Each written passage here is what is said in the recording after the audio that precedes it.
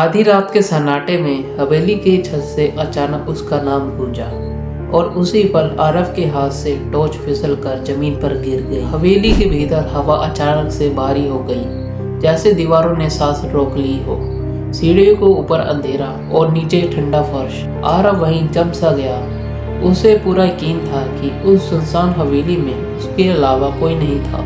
फिर भी नाम साफ साफ गूंजा था, बिल्कुल इंसानी आवाज की तरह, और वह आवाज छत से आई थी। आरव इस पुरानी हवेली में एक हफ्ते के लिए ठहरा था।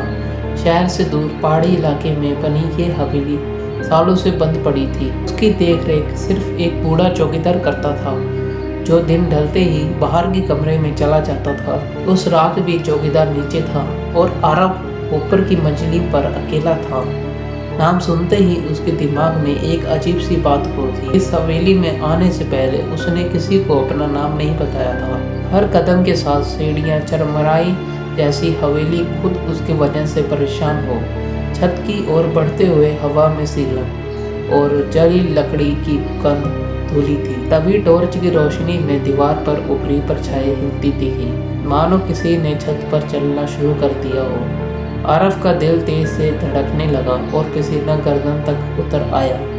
उसी पल छत से वही आवाज गूंजी, जब पहले से ज्यादा पास, ज्यादा भारी। कुछ दिन पहले चौकीदार ने बिना कुछ विस्तार से बताया था कि हवेली में पहले एक परिवार रहता था, जिनका बेटा अचानक से छत से गिरकर मर गया। संयोग ये था कि उस लड़के का नाम भी आरव ही था।